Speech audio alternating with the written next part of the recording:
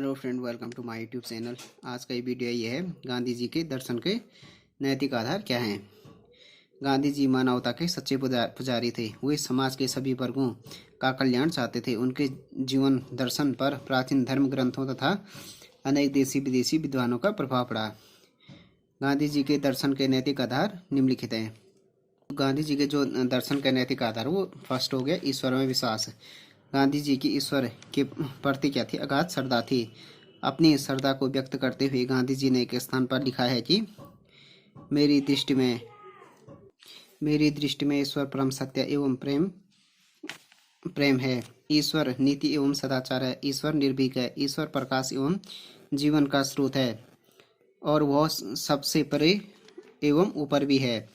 ईश्वर अंतःकरण है। वह नास्तिक की नास्तिकता है, क्योंकि वह अपने निस्सीम प्रेम के कारण उसे रहने देता है। ईश्वर वाणी एवं बुद्धि से परे है। जिनको उसके स्पर्श की आवश्यकता है, उसके लिए वह साकार है। वह शुद्धतम मूल तत्व है। वह केवल उनके लिए है जिन्हें उन पर विश्वास है। स्वयं गांधी जी ने ईश्वर की सत्ता में अटूट विश्वास था। उनका मत था कि ईश्वर पर विश्वास किए बिना कोई न तो अपने ऊपर विश्वास कर सकता है और न दूसरे के ऊपर।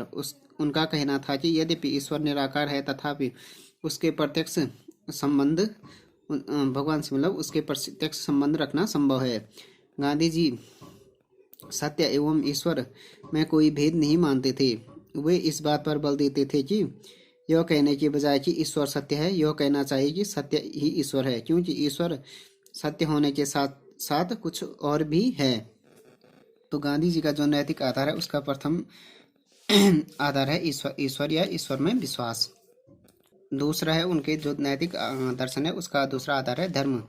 गांधी जी धर्म में अडिग आस्था थी गांधी जी की। जो इसको मानव जीवन एवं मानव समाज का आधारभूत तत्व मानते थे, जिनके अभाव में इन दोनों का शून्य एवं निष्प्राण हो जाना अनिवार्य है। इसलिए धर्म उनके प्रत्येक कार्य एवं प्रत्येक शब्द का प्रधान प्रेरक था। इस संबंध में स्वयं गांधी जी ने कहा था कि जब से मैंने यह जाना है कि सार्वजनिक जीवन क्या है, तब से मेरे प्रत्येक कार्य एवं शब्द के मूल रूप में पूर्ण धार्मिक भावना रही है।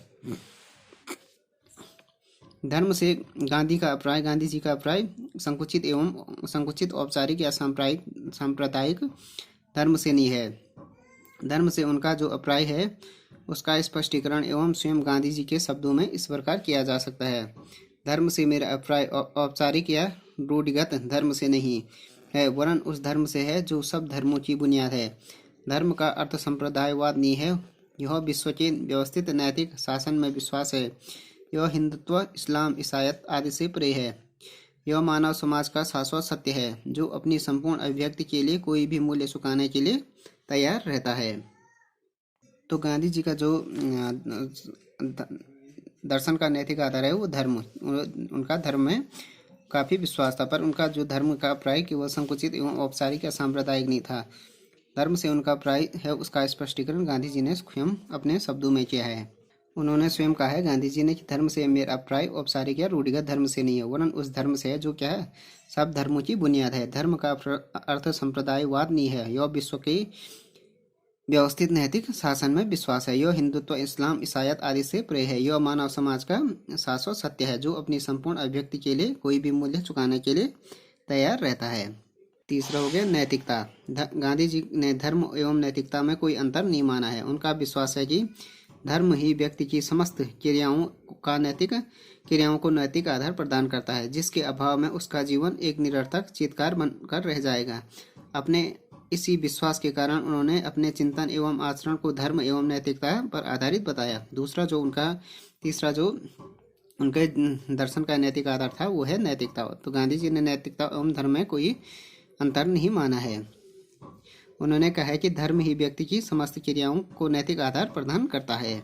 चौथा हो गया आत्मा। गांधी जी आत्मा में असीम विश्वास था। गांधी जी का जो आत्मा में असीम विश्वास था, उनके विचार से आत्मा ईश्वरीय तत्व है, जिसका अस्तित्व जड़ शरीर पर निर्भर नहीं है।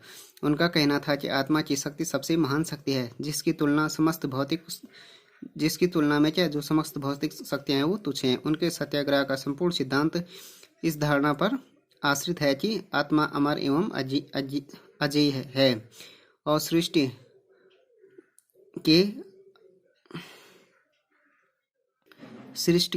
के अधमतम प्राणी में भी ईश्वर का यह अंश कुछ न कुछ मात्रा में अवश्य होता है, जो दया पूर्ण एवं प्रेमपूर्ण व्यवहार के द्वारा प्रकट हो सकता है। तो आत्मा में गांधी जी का असीम विश्वास था। वो इसे क्या है, ईश्वरीय तत्व है जिसका अस्तित्व जड़ शरीर पर निर्भर नहीं है। उनका कहना था कि आत्मा क्या है, आत्मा की शक्ति सबसे महान शक्ति है, जिसकी तुलना में समस्त भौतिक शक्तियां क्या हैं, तुच्छ हैं। पांचवा आधार हो गया कर्म एवं पुनर्जन्म।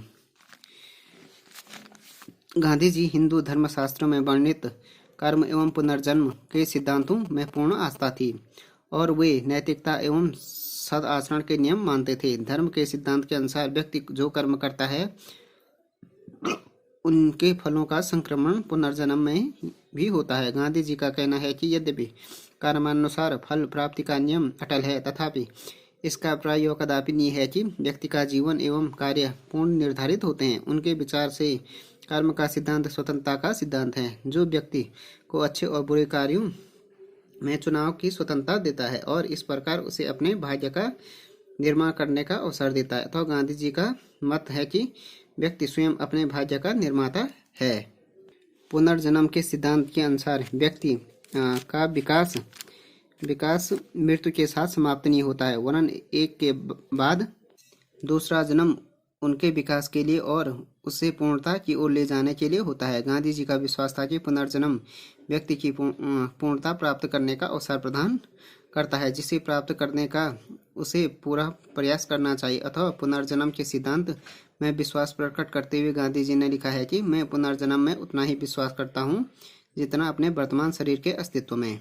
तो गांधी जी क्या थे का पुनर्जन्म एवं कर्म में क्या था, अटूट पूर्ण आस्था थी। उनका ये मानना था कि इनको नैतिकता एवं आचरण का नियम मानते थे। धर्म के सिद्धांत के अनुसार व्यक्ति जो कर्म करता है उनका फलों का संक्रमण क्या होता है, पुनर्जन्म में होता है। गांधी जी का ये भी कहना था कि यद्यपि कर्मानुसार फल की प्राप्ति का नियम अटल है, यद्यपि इसका अभिप्राय कदापि नहीं है कि व्यक्ति का जीवन एवं कार्य पूर्ण निर्धारित होते हैं। उनके विचार से कर्म का सिद्धांत स्वतंत्रता का सिद्धांत है, जो व्यक्ति को अच्छे और बुरे कार्यों में चुनाव करने की स्वतंत्रता देता है, अथवा इस प्रकार वह अपने भाग्य का निर्माण करने का अवसर देता है। गांधी जी का मत है कि व्यक्ति क्या है, अपने भाग्य का निर्माता स्वयं है। अब साध्य एवं साधन की पवित्रता। गांधी जी ने साध्य एवं साधन दोनों की श्रेष्ठता अथवा पवित्रता पर अत्यधिक बल दिया है। फांसीवाद और साम्यवादी आदि व्यवहारिक राजनीतिज्ञों का विचार है कि साध्य साधन के औचित्य को दर्शाता है। उनके विचार का प्राय है कि यदि साध्य उचित है तो उसे प्राप्त करने के लिए किया जाने वाला किसी भी प्रकार का साधन उचित है। गांधी जी क्या थे, इन विचार की घोर निंदा करते थे। उनका कहना है कि साधन ही साध्य का निर्माण करता है, अथवा यदि साधन पवित्र नहीं है तो साध्य की भी पवित्र नहीं हो सकता है। अपनी इस मान्यता के कारण उन्होंने साध्य और साधन दोनों की पवित्रता पर बल दिया है। अब हो गया सत्य में विश्वास। गांधी जी के अनुसार सत्य ही ईश्वर है। उन्होंने सत्य की खोज में अपना सारा जीवन व्यतीत किया है। उन्होंने अपनी जो आत्मकथा थी माई एक्सपेरिमेंट विथ ट्रूथ ही रखा। उन्होंने जो अपने आत्मकथा है उसका नाम माई एक्सपेरिमेंट विथ ट्रूथ लिखा है। उन्होंने सारे देश को सत्य का मार्ग अपनाने का उपदेश दिया है। उनके अनुसार सत्य से बढ़कर कोई अन्य धर्म नहीं है। सत्य के बारे में गांधी जी ने कहा है, सत्य से बढ़कर कोई दूसरा ईश्वर नहीं है। उनका कहना था कि यदि सत्य जीवन के सभी क्षेत्रों और सभी व्यवहारों में नहीं चल सकता तो उसकी कोई कीमत नहीं है। उन्होंने सारे जीवन अपने कार्यों को सत्य से दूर नहीं जाने दिया, इसलिए उन्होंने सत्य को ईश्वर और ईश्वर को सत्य कहा है। तो उन्होंने सत्य में अटूट विश्वास था गांधी जी का। देन हो गया अहिंसा में विश्वास। गांधी जी ने अहिंसा को सत्य का अभिन्न अंग माना। उनके अनुसार अहिंसा के बिना सत्य की प्राप्ति नहीं हो सकती है। उनके समस्त आंदोलन अहिंसा पर ही आधारित थे। उनके अनुसार अहिंसा जीवन का आधार है। विश्व बंधुत्व की स्थापना अहिंसा के बिना नहीं हो सकती है।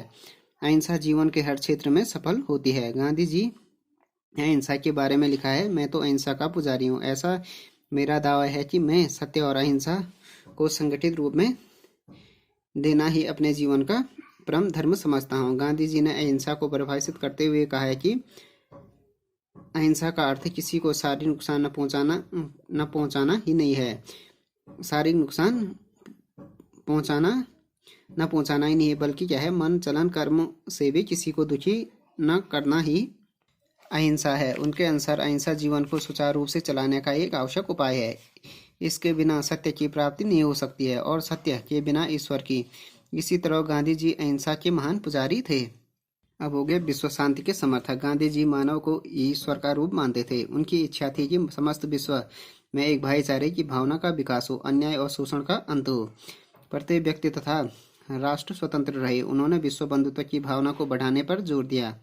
उनका कहना था कि इंसान केवल मौत से बचने के लिए ही नहीं जीता, अगर वह ऐसा करता है तो मेरी सलाह है कि ऐसा न करे। यदि वह ज़्यादा न कर सके तो कम से कम मौत और जीवन से प्रेम करना तो सीखे। जिंदगी वहाँ तक जीने लायक होती है जहाँ तक मौत दुश्मन नहीं है बल्कि दोस्त माना जाता है। इस तरह गांधी जी शांति के विचार को संपूर्ण विश्व में फैलाना चाहते थे।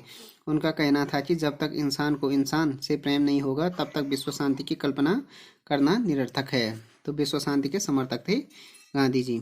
तो फ्रेंड्स, ये वीडियो हो गया गांधी जी का जो नैतिक आधार है, दर्शन का नैतिक आधार है, उसके बारे में। Thanks for watching this video. If you like this video please subscribe my channel and like share and comment on this video.